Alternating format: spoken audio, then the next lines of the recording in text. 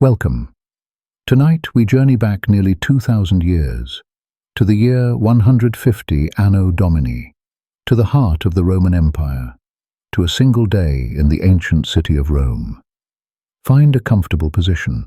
Close your eyes if you wish. Let the concerns of your own day drift away as we step together into a world long past. The Rome we visit tonight is at the height of its power. The Emperor Antoninus Pius sits upon the throne. The empire stretches from the mists of Britain to the deserts of Arabia, from the Rhine River to the North African coast. But tonight we are not concerned with emperors or conquests. We are concerned with something more intimate, more human. We will follow the rhythm of an ordinary day in an extraordinary city. We will walk the streets before dawn. We will smell the bread baking in the ovens. We will hear the voices in the marketplace. We will feel the warm water of the public baths. This is not a tale of heroes or battles. This is the story of daily life, of routines, of the small moments that filled the hours between sunrise and sunset for the million people who called Rome their home. Let us begin, as the Romans themselves began each day, in darkness before the sun has touched the horizon. The city is never truly silent. Even in the hours before dawn, Rome murmurs with life. In the narrow streets of the apartment buildings where most Romans live, sounds drift through the darkness. A baby cries on an upper floor. Somewhere, a cart rattles over cobblestones, wheels on stone. The night watch calls out as they pass. All is well, the rhythm of their footsteps fading into the distance. In a modest apartment near the Forum, Marcus Tullius begins to stir. He is a merchant, not wealthy, but comfortable. His family lives on the second floor of a 5-story apartment building. Below them, a baker. Above them, a family of freedmen. The building itself is old. The walls are thin. You can hear your neighbors' conversations, their arguments, their celebrations. Marcus opens his eyes in the darkness. There are no clocks in Rome as we would know them, no gentle chimes to mark the hour. Instead, Romans divide their day by the sun, by custom and by habit, by the rhythm of the city itself. The hours of the day are counted differently in winter and summer. 12 hours of daylight, 12 hours of darkness, always, which means that in summer the daylight hours stretch longer. In winter they contract. It is an elegant system, flexible, natural. But this morning, Marcus does not need the sun to know it is time to rise. His body knows. Years of routine have trained him well.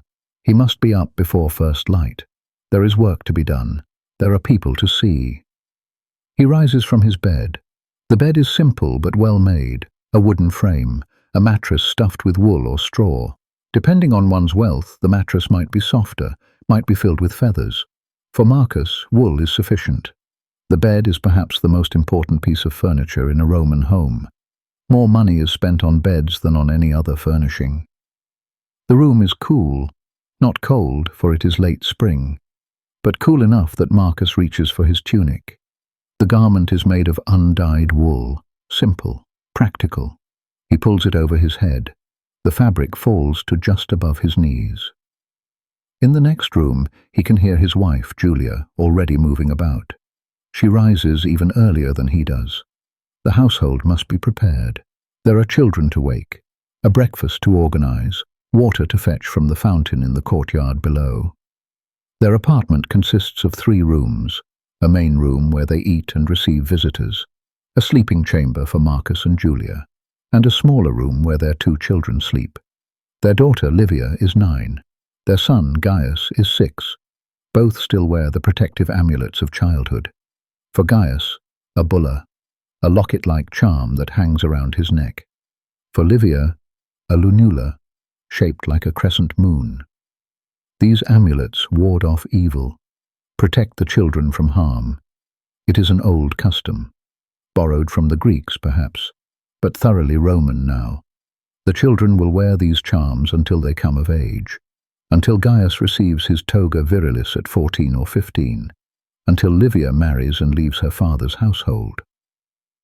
Marcus lights an oil lamp. The flame flickers. casts dancing shadows on the walls. The walls themselves are painted, not elaborately but pleasantly, a simple red ochre, some decorative borders near the ceiling. Romans love decoration, love colour. Even in modest homes, there is an attempt at beauty. He walks to the small household shrine in the corner, the Lararium. Here stand the small figurines of the household gods, the Lares, the Penates, the protectors of the home and hearth. Marcus makes a brief prayer, a simple gesture, nothing elaborate, but it is important. The gods must be honoured, the household must be blessed. From the window, he can see the first hint of grey in the eastern sky. Dawn is coming. The city will soon wake fully, but already there are signs of life. The baker below has been working for hours already. The smell of fresh bread rises through the building, warm, yeasty, comforting. In Rome, many families do not cook at home. The apartments are too small, too crowded, too dangerous. Fire is an ever-present threat in these wooden buildings packed so closely together. So instead, Romans buy their food from shops and stalls, from the Thermopolium, the fast food shops of ancient Rome, from street vendors and bakeries. But this morning, there will be a simple breakfast at home, the first meal of the day. Julia appears in the doorway. She carries bread, cheese, some dried figs left over from yesterday's shopping, a cup of watered wine, for Romans drink wine at every meal, even breakfast. But the wine is always diluted, mixed with water. To drink wine unmixed would be barbaric, excessive, uncivilized. Marcus eats quickly, standing. There is no ceremony to this morning meal, no lingering. He tears off a piece of bread, dips it in olive oil. The bread is coarse, made from wheat, sometimes barley. The taste is familiar, sustaining. This is the food that built an empire. Simple grain, simple bread. As he eats, he can hear the city waking around him, voices in the street below, the rumble of carts. For at night, wheeled vehicles are forbidden in the streets of Rome. The streets are too narrow, too congested, so the heavy transport, the delivery carts, the merchants' wagons, all must come and go in the hours of darkness, which means the nights in Rome are noisy, very noisy. The Roman satirist Juvenal once complained that only the very rich could afford to sleep in Rome, because only the very rich could afford homes far from the street noise, away from the creaking carts and the shouts of drivers and the sound of hooves on stone. But for most Romans, this noise is simply life, the sound of the city, the pulse of Rome itself. Marcus finishes his breakfast. He wipes his hands on a cloth, and now he must dress properly, for he has an important duty this morning, a duty that defines his place in Roman society. The morning salutatio, the greeting ceremony. This is one of the most important social rituals in all of Rome. Every morning, men of lower social standing visit the homes of their patrons, men of higher status and greater wealth. It is a system as old as Rome itself. Patron and client, patronus and cliens. Marcus Tullius is a client. He has been a client of Lucius Flavius Severus since his father died 10 years ago. Severus is a wealthy merchant, a man who owns several warehouses near the Tiber, a man with connections, with influence, with power. And Marcus needs that power. In Rome, almost nothing can be accomplished alone. You need allies, you need protection, you need someone to speak for you in the courts if there is a dispute, someone to help you secure contracts, someone to lend you money if times are hard. In return for this protection, Marcus owes his patron loyalty, respect, service. He must attend the morning salutatio. He must vote as his patron directs in any elections. Though under the Emperor Antoninus, such elections have become less frequent, less meaningful. He must accompany his patron in public when asked. He must spread good words about his patron's reputation and character. It is a relationship of mutual obligation, mutual benefit, though not, of course, of equality. The patron holds the power. The client holds the need. Marcus reaches for his toga. This is the formal dress of a Roman citizen, and the morning salutatio demands formality, demands respect. You cannot appear before your patron in just a tunic. That would be an insult, a sign of disrespect. The toga is complicated. It is a large semicircular piece of wool cloth, undyed, off-white. It measures perhaps 15 feet long, 5 feet wide, and it must be draped just so, over the left shoulder, under the right arm, across the chest and back, creating folds, creating the correct drape. Julia helps him. Years of practice have made her skilled at this. She adjusts the fabric, ensures the fold across the chest is even, that the drape is correct, that her husband looks respectable, dignified. The toga is not a practical garment. It is hot in summer, heavy, restrictive. You cannot run in a toga. You cannot work in a toga. By the 2nd century, many Romans are abandoning it for daily wear, preferring the simpler tunic for comfort and ease, but for formal occasions, for appearing before one's patron, for any official business, the toga remains essential. It is the mark of citizenship, the uniform of a Roman. Marcus kisses his wife goodbye, touches his children's heads as they wake, sleepy and confused, and then he steps out into the street. The streets of Rome are narrow, very narrow, some no more than 6 feet wide, barely wide enough for 2 people to pass. Buildings rise 5, 6 stories on either side, blocking out the sky, creating a permanent twilight at street level even in the brightest afternoon. The streets are unpaved in many areas, muddy when it rains, dusty when it doesn't, and always, they are dirty. Romans throw their refuse out the windows, their trash, even human waste, when the chamber pots are full and the trek down to the public latrine seems too far. The poet Juvenal warned his readers to make a will before going out at night, because someone might empty a chamber pot out a window just as you walked below. It was considered bad luck, perhaps, poor manners, certainly, but it happened. Marcus walks carefully, stays close to the buildings. The middle of the street is where the filth collects, where the runoff flows. Stepping stones have been placed at intersections, raised blocks of stone that allow pedestrians to cross without wading through the muck. Cartwheels can pass between these stones, but people can step over the worst of the street. The sun is just beginning to color the sky now, pink and gold touching the clouds above the city. Dawn, the first hour of the day, prima hora. The city comes alive. Shops are opening, shutters being thrown back. The baker below Marcus's apartment is already selling bread to an early crowd. The smell of baking still hangs in the air, mingling now with other smells, less pleasant.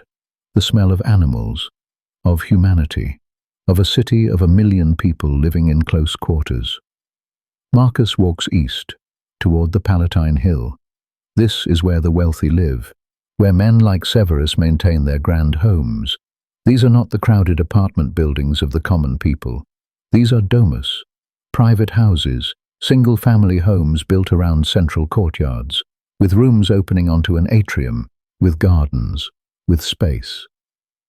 As he walks, Marcus falls in with other men, other clients, all heading in the same general direction, all dressed in their togas, all moving through the waking city toward their various patrons. The salutatio is a mass ritual, happening in hundreds of wealthy homes across Rome simultaneously, at dawn, every day. It is the heartbeat of Roman social life, the mechanism by which power flows through the city. Marcus recognizes some of the other men, nods to them. They are fellow clients of Severus, They have seen each other at these morning gatherings for years. There is a camaraderie in it, a shared experience, though also, perhaps, a shared humiliation. For there is something demeaning in this ritual, something that reminds you every morning of your lower status, your dependence. But it is the way of Rome, the way things have always been, and there is honor in loyalty, dignity in fulfilling one's obligations. Marcus arrives at the house of Lucius Flavius Severus. The house is impressive. The entrance opens directly onto the street, but once inside, once past the vestibulum, the space opens up. Grand, airy, light. Already there are perhaps 20 other clients gathered, some sitting on benches that line the walls of the vestibule, others standing, talking quietly, waiting. A slave stands at the door. He knows Marcus by sight, nods to him, but does not open the inner door yet. Not yet. The clients must wait until the patron is ready to receive them. The wait can be long, 30 minutes, an hour. It depends on the patron's mood, his schedule for the day, how many clients he wishes to see. Some patrons are meticulous, see every client, speak with each one individually. Others are more casual, more distant, give the daily greeting, the salutatio, as a group, distribute the sportula, the gift of food or money, and send everyone on their way. The sportula is important. It is the tangible benefit that clients receive.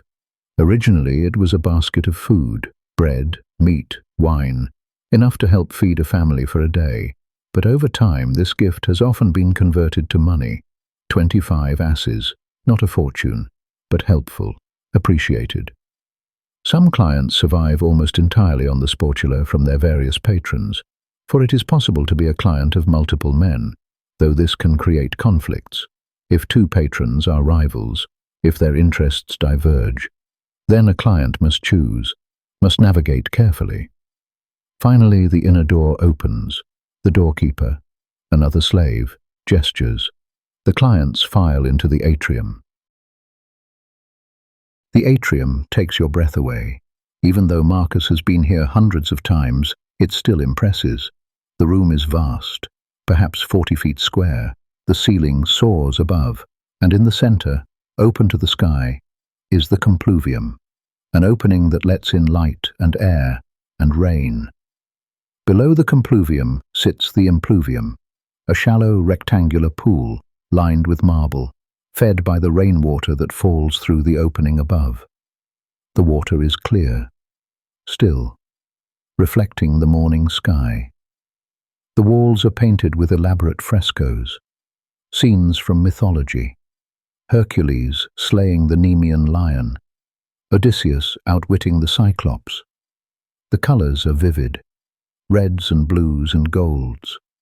The floor is mosaic, geometric patterns in tiny tiles of colored stone.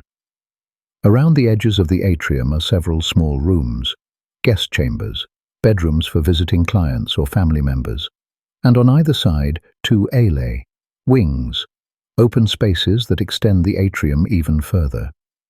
At the far end of the atrium, opposite the entrance, is the tablinum, a room that opens onto the atrium but can be closed off with curtains or doors.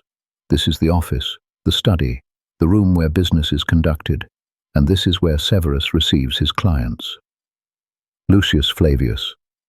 Severus sits in a chair, a curule chair, inlaid with ivory. Behind him, 2 slave secretaries stand ready with wax tablets, ready to note any requests, any promises, any instructions the patron might give. Severus is in his early 50s. His hair is grey. His face shows the comfortable fullness of wealth. He wears a toga of fine white wool, whiter than the togas of his clients, clearly expensive, clearly superior.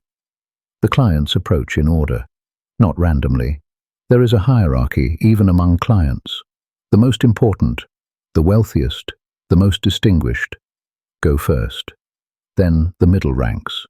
Then those of lowest status. Marcus is somewhere in the middle, neither the most important nor the least. When it is his turn, Marcus approaches, bows his head slightly. Ave Domine, he says. Greetings, master, the traditional phrase, the required respect. Severus nods. His expression is pleasant but distant. He sees dozens of clients every morning. It is impossible to give each one individual attention. Marcus Tullius, he says. You are well? I am well, Domine. My family is well. Your generosity has been much appreciated. This is the ritual, the exchange of pleasantries, the affirmation of the relationship. Severus asks about Marcus's business. Marcus replies carefully. Honestly, but not in too much detail. This is not the time for lengthy conversation. After a few moments, Severus nods. One of the slave secretaries steps forward, hands Marcus a small leather pouch. Inside, Marcus knows, are 25 asses, the sportula, the daily gift. Marcus bows again. Gratias tibi ago, Domine. I give you thanks, master. And he steps back, moves aside, allows the next client to approach. Some clients will now leave, return to their own businesses, their own lives, but others will remain. For there is a second phase to the salutatio. If the patron is going out, to the forum, to conduct business, to the courts, to visit his own patron. Some clients will accompany him. This is another form of service, another obligation. The patron appears in public with a crowd of clients. This crowd is a visible sign of his importance, his influence, his prestige. The more clients in his retinue, the more impressive he appears. Today, Severus announces that he will be going to the forum. He will be meeting with a colleague about a shipping contract. He would appreciate company. About 10 of the clients, including Marcus, agree to accompany him. This means their mourning will be longer, but it also means greater favor, greater access. The patron will remember who came with him, who was loyal, who was useful. They set out from the house, Severus in the lead, his clients arrayed around him, walking through the streets of Rome. Other citizens move aside, see the crowd, recognize a man of importance passing. This is the system. This is how Rome works. Connections, obligations, the web of relationships that binds the city together. From the emperor at the top to the poorest citizen at the bottom. Everyone is part of this network. Everyone owes someone. Everyone is owed by someone. By the time Marcus leaves his patron at the forum, the sun is well up. The second hour of the day has begun. The morning salutatio is complete. And now the city truly comes alive. The Roman Forum, the heart of the city, the center of public life. If Rome itself is the center of the world, and every Roman believes this to be true, then the Forum is the center of Rome. Marcus stands at the edge of the Forum Romanum. Before him spreads a vast open space, paved with stone, surrounded by temples, by basilicas, by monuments erected by emperors and generals and the Senate itself. The Forum is not one thing but many things, a marketplace, a gathering place, a site of government, a stage for public spectacle. The morning sun has turned the marble facades brilliant white, almost too bright to look at directly. The Forum gleams. Even the well-worn paving stones seem to glow with reflected light. Already the space is filling with people, thousands of people. For the Forum is where Romans come to do business, to meet friends, to hear the latest news, to see and be seen. Marcus makes his way through the crowd. He has his own business to attend to now. He trades in grain, buys wheat from the estates outside Rome, sells it to distributors, to bakers. It is honest work, necessary work, for Rome must be fed, and the city itself produces nothing. Everything must be imported, from Sicily, from Egypt, from North Africa. The supply of grain is one of the great challenges of empire, one of the great concerns of every emperor. Keep the people fed, and they will be content. Let them go hungry, and they will riot. Marcus heads toward one of the porticos that line the Forum. Here, beneath the columns, merchants set up temporary stalls, bankers conduct their business, Money changers sit at their tables. The sound of commerce fills the air, voices raised in negotiation, in argument, in agreement. How much for Egyptian wheat? The price has gone up. The harvest was poor this year. I heard it was a good harvest. Not what I heard. And the shipping costs. The haggling is constant, expected, part of the ritual of buying and selling.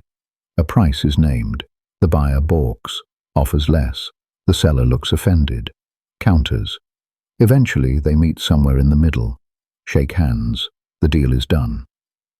Marcus spends an hour here, talking with other merchants, checking prices, making arrangements for a shipment that should arrive next week, if all goes well, if the weather holds, if the ship doesn't sink or get blown off course. There are so many variables, so much that can go wrong, but this is the nature of trade, the nature of business in Rome. Around him, the forum pulses with activity. Lawyers are beginning to gather near the basilicas. Already they are preparing their cases, consulting with clients. The courts will open soon, and Roman courts are theatrical, public. Lawyers declaim, make grand gestures, appeal to the emotions of the jury. A group of young men practices rhetoric nearby, exercises in public speaking for the ability to speak well, to persuade, to argue convincingly. This is one of the most valued skills in Rome. It can make a career, build a reputation, open doors. The teacher listens, interrupts, corrects. No, you must emphasize the verb, the action. Let your voice rise and then fall, like this. Marcus pauses to buy food from a street vendor. Not a full meal, just something to tide him over until the main meal of the day later this afternoon. The vendor sells sausages, grilled over a small brazier. They smell wonderful, smoky, spiced with pepper and fennel. Marcus pays a few asses, receives a sausage wrapped in a flat piece of bread. He eats as he walks. The food is good, hot, filling. This is how most Romans eat. Quick meals from street vendors, food consumed standing, moving. The forum itself is crowded with monuments. Everywhere you look, there is something to commemorate. The Temple of Saturn, the Temple of Vesta, where the sacred fire of Rome burns eternally, tended by the Vestal Virgins. The Rostra, the speaker's platform from which politicians address the people. Triumphal arches celebrate military victories. Columns commemorate emperors. Statues honor senators and generals and benefactors who have given to the city. The Forum is a museum of Roman glory, a testament to centuries of conquest and achievement. Marcus finishes his sausage, wipes his hands on a cloth he carries for this purpose, and now he heads away from the Forum proper, toward the markets that spread out beyond it. For while the Forum itself is the ceremonial center, the real buying and selling, the daily commerce that keeps the city alive, happens in the specialized markets that surround it.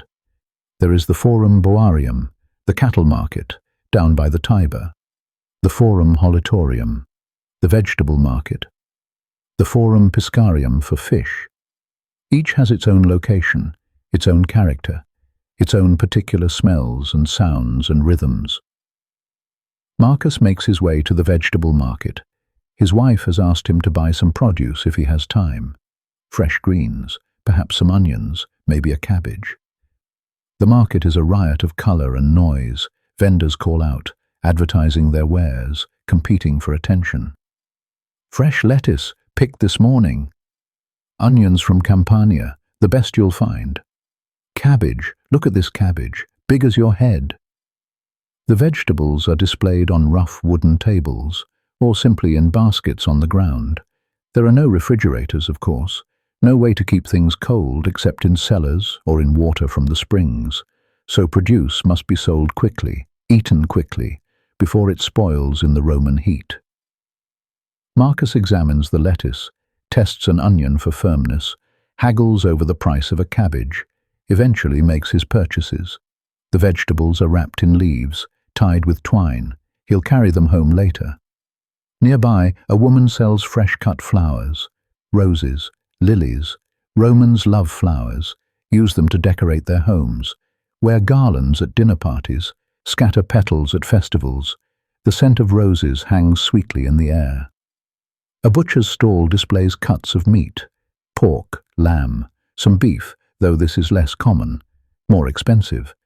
The Romans eat pork most often, and chicken, and fish.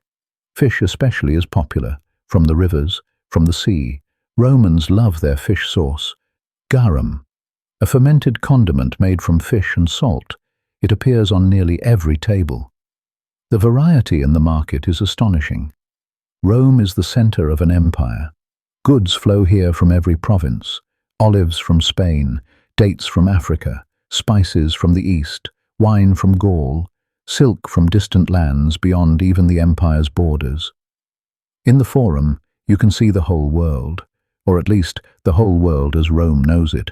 It is a reminder of Rome's power, its reach, its dominance. By the time Marcus finishes his business, it is nearly the 4th hour. Mid-morning, the sun is high, the day is warming, the streets are packed with people, with animals, with carts now, for during daylight hours, smaller carts are permitted. The noise is incredible, voices shouting, hammers ringing on anvils from the workshops of blacksmiths and coppersmiths, the bleating of sheep being driven to slaughter, the barking of dogs, the cries of children playing in the narrow alleys. Marcus makes his way back toward his neighborhood. He has errands complete, purchases made. Now there will be a brief rest at home. Time to check on his family, to review his accounts, to plan the afternoon. For the afternoon. The afternoon holds one of the greatest pleasures of Roman life, one of the most anticipated events of every day. The baths. The baths, the thermae. These great public buildings are among Rome's greatest achievements. They are more than places to wash. They are social centers, recreation complexes, gathering places, community hubs. In Rome in the year 150 Anno Domini, there are hundreds of public baths, some small, some enormous. The great imperial baths, the baths of Trajan, completed just decades ago, can hold thousands of bathers at once. They cover multiple city blocks. They are architectural marvels, engineering triumphs. But most Romans use their local baths, smaller facilities, more intimate. These balneae are scattered throughout the city. Every neighborhood has at least one, usually several. The entrance fee is minimal, a quadrans, a quarter of an as, affordable to nearly everyone. Marcus has returned home briefly, eaten a light midday meal, some bread, some cheese, a few olives, drunk some watered wine. Julia and the children are well. His daughter has been learning to spin wool with her mother. His son has been to his lessons, learning to read and write, to calculate sums. But now it is time for the baths. The 6th hour is approaching, midday, the traditional time to bathe. Marcus gathers his bathing supplies, a towel, a small flask of olive oil, a strigil, a curved metal scraper used for cleaning the body. Romans do not wash with soap. Instead, they oil their skin and scrape off the oil along with the dirt and sweat. It is effective, if somewhat messy.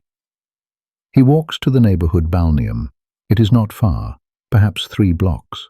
The building is substantial but not grand. 2 stories, built of brick and stone. Inside, it is a world unto itself. The entrance opens into a vestibule.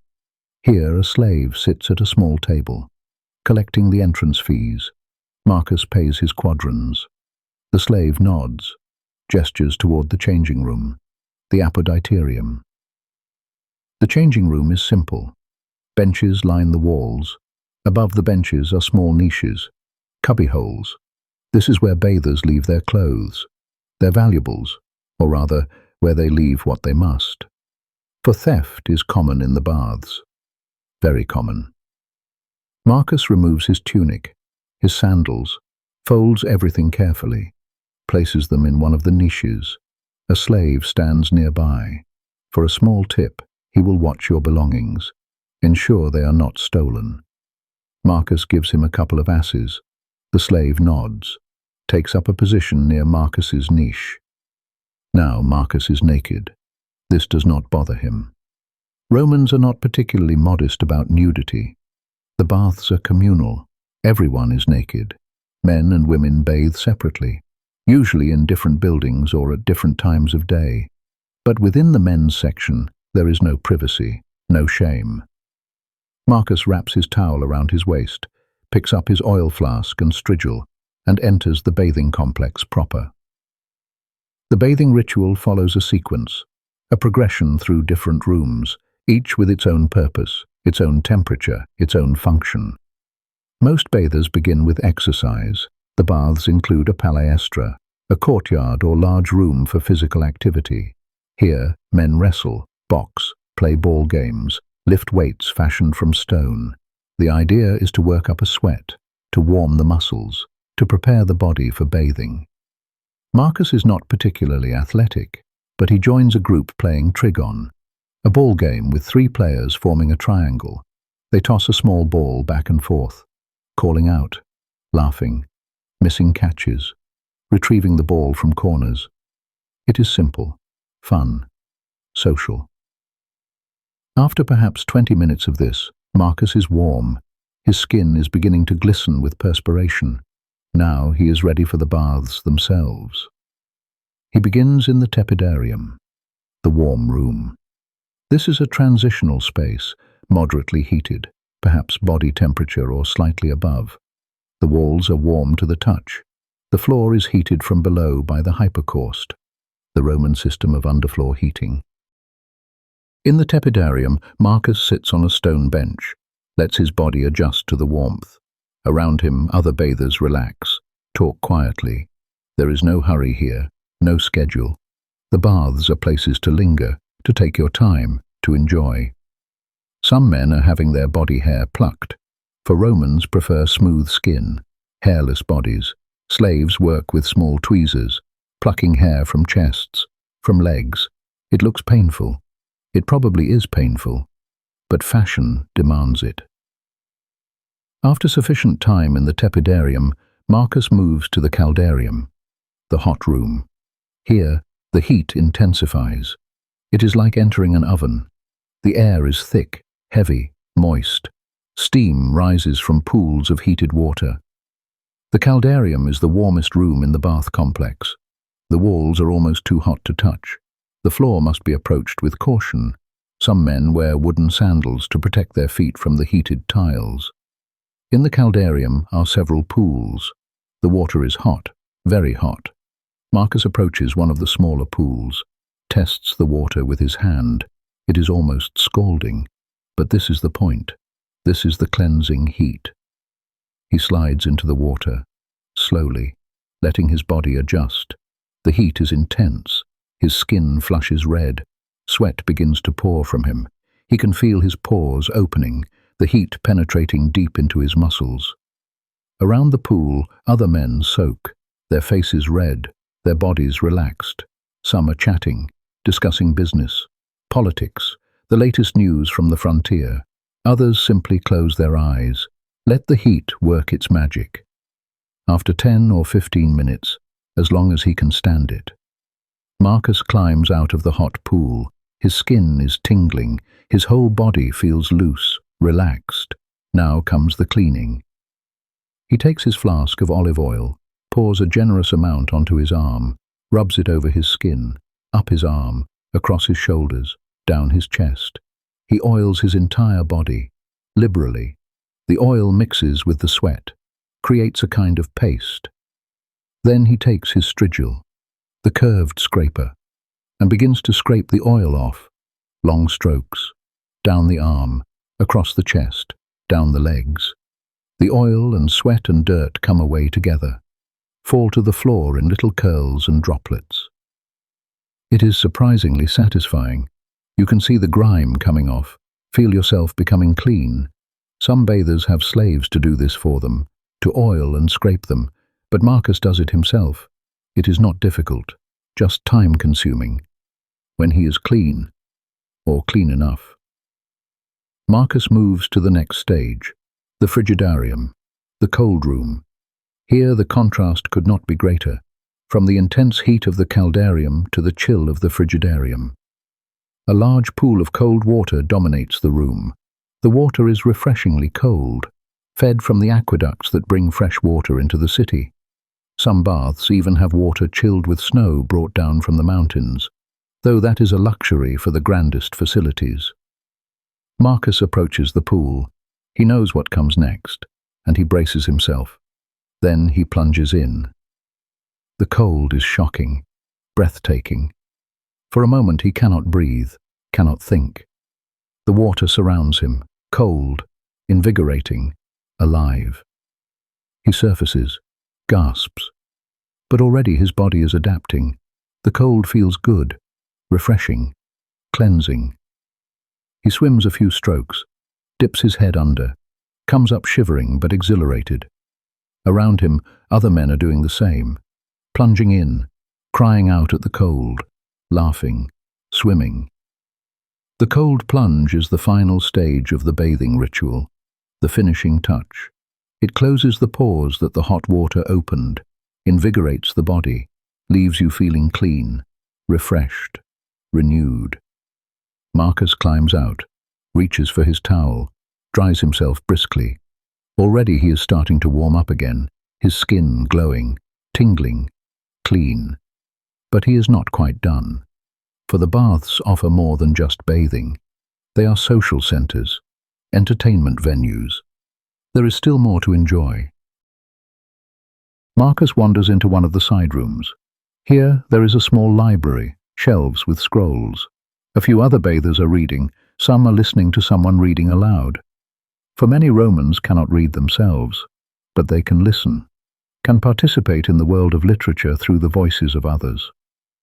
In another room, philosophers are debating, their voices animated, gesturing, arguing some fine point of Stoic versus Epicurean philosophy. A small crowd has gathered to listen, to interject their own opinions. Rome loves these intellectual contests, these battles of ideas. There are vendors selling snacks, drinks, a massage room where for a small fee a skilled slave will work the kinks out of your back, your shoulders, your legs. Marcus considers this but decides against it. He has spent enough money today, and he is already feeling wonderfully relaxed. Some of the younger men are in a side room playing board games, dice games, gambling, though officially this is frowned upon. But the authorities look the other way. Boys will be boys, men will be men, and gambling is as much a part of Roman life as breathing. Marcus finds a bench in one of the porticos that surround the bath's central courtyard. Here, in the afternoon sun, he sits, lets himself dry completely, watches the comings and goings, the flow of humanity through this remarkable public space. An old man is having his beard trimmed by a tonsor, a barber. The barber works carefully with his bronze razor, chatting with his customer, discussing the news. A young man complains about the quality of the barber's work. His friend laughs at him, teases him about his vanity. This is the genius of the Roman baths. They are not just about cleanliness. They are about community, about bringing people together, rich and poor, old and young, all mixing in these democratic spaces, all equal in their nakedness, in their shared enjoyment of the water and the heat and the cold. The Roman writer Seneca once complained about the noise of the baths, the grunting of the weightlifters, the slap of the massage, the cries of the ball players, the splashing of the swimmers, the vendors calling out their wares, the shrieks of the man having his armpit hair plucked.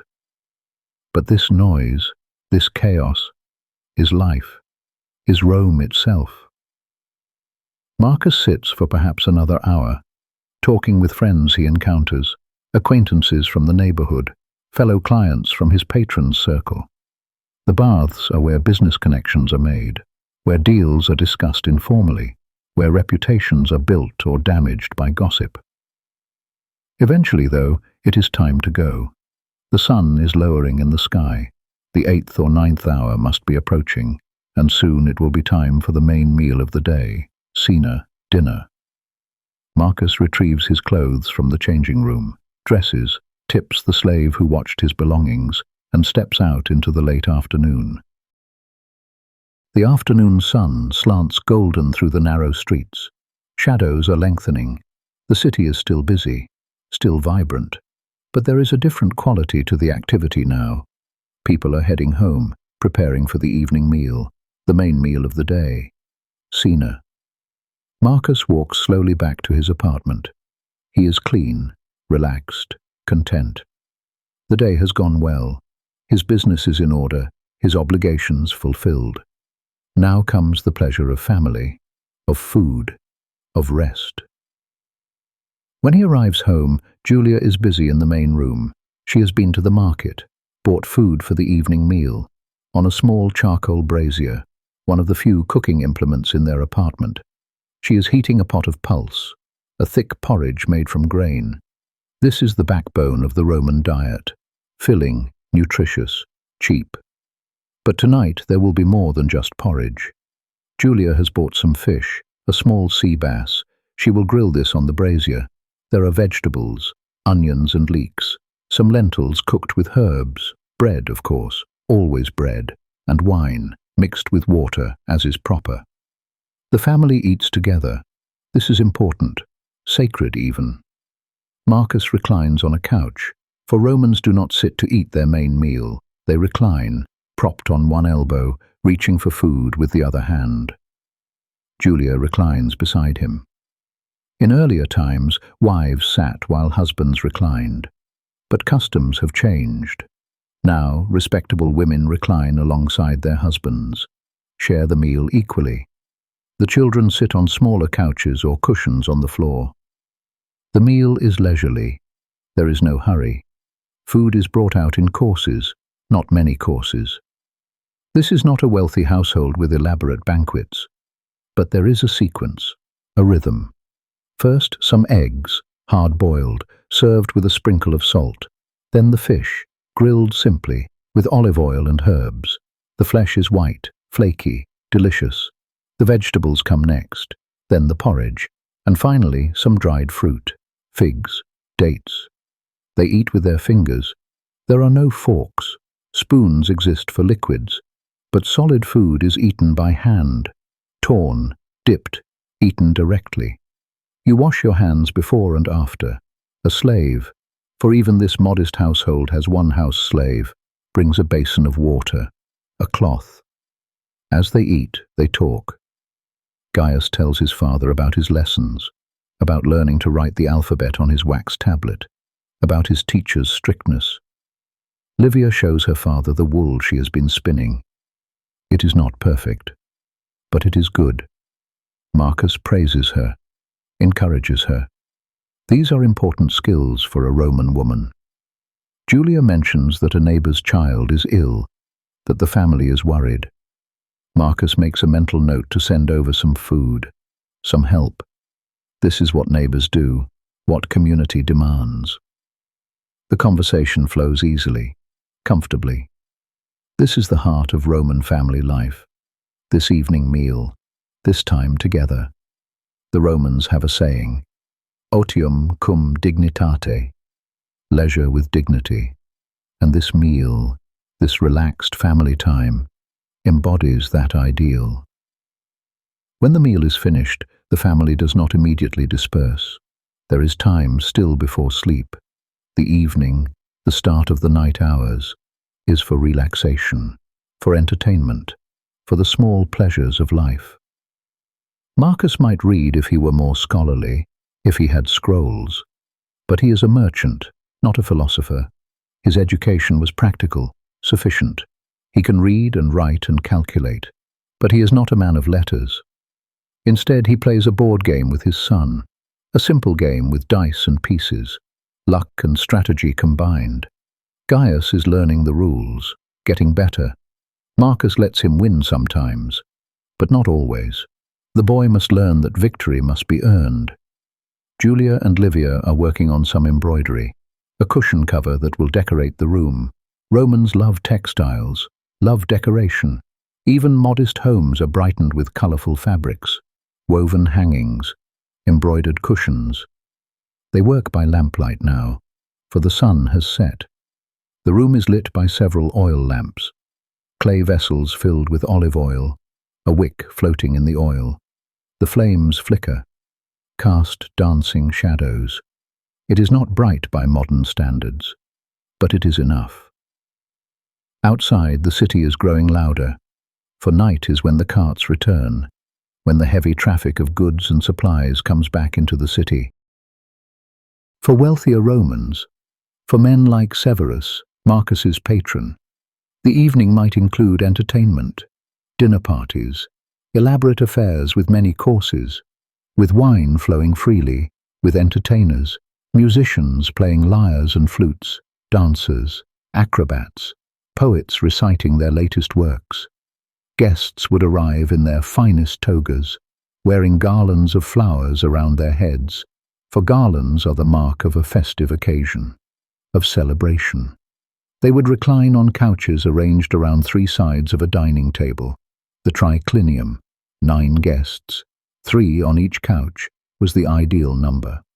Slaves would bring course after course, appetizers, shellfish, eggs, then the main courses, roasted meats, fowl, game, fish, rich sauces, exotic spices, then desserts, honeyed cakes, fresh fruit, nuts.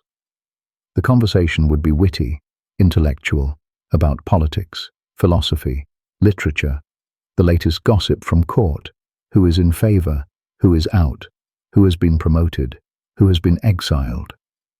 But for Marcus and his family, the evening is quieter, simpler, and perhaps no less satisfying. By the time the children are yawning, it is time for sleep.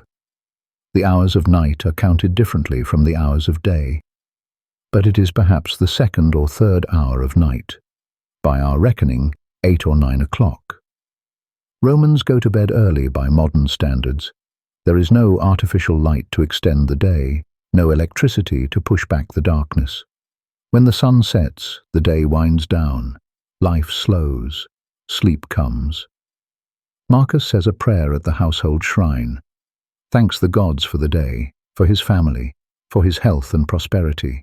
The children do the same, their voices small and sleepy.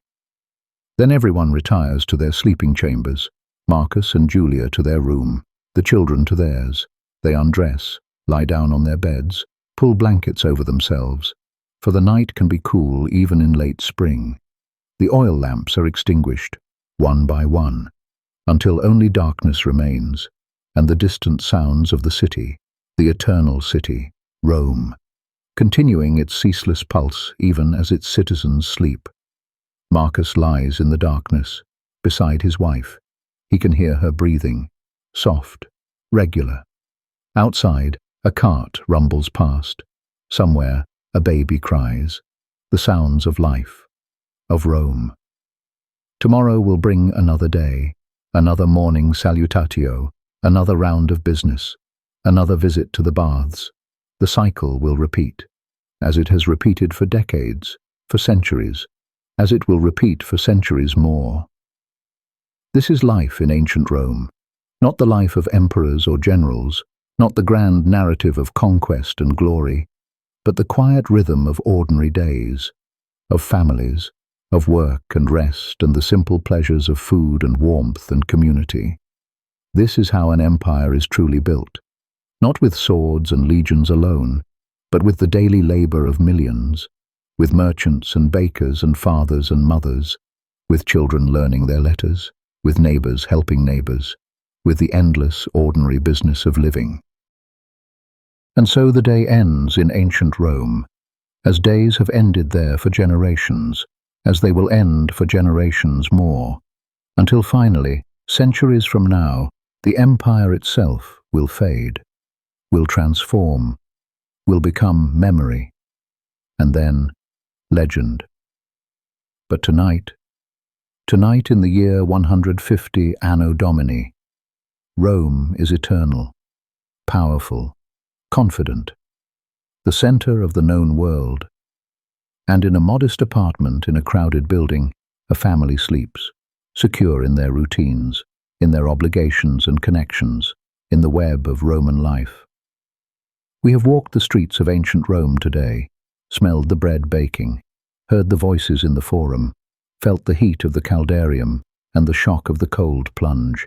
We have eaten simple food, shared quiet moments, experienced the rhythms that shaped the lives of 1 million Romans. The past is not so distant as we imagine. The Romans were people, like us, with families and worries and joys and routines, with businesses to run and children to raise and meals to share. The details differ, the technology, the customs, but the fundamental human experience, this remains constant across the centuries. And now, as Marcus Tullius sleeps in ancient Rome, perhaps you too will drift into sleep, into dreams, into your own rest, for that is the purpose of our journey, to distract the mind, to calm the thoughts, to ease you gently into slumber. The story is told, the day is complete, and if you are still with us, still listening, then perhaps now is the time to let go, to release the day, to surrender to sleep. Sleep well, rest deeply, and dream perhaps of ancient Rome, of sunlit forums and warm baths, of families gathering for their evening meal, of a world long gone but never truly forgotten. Good night.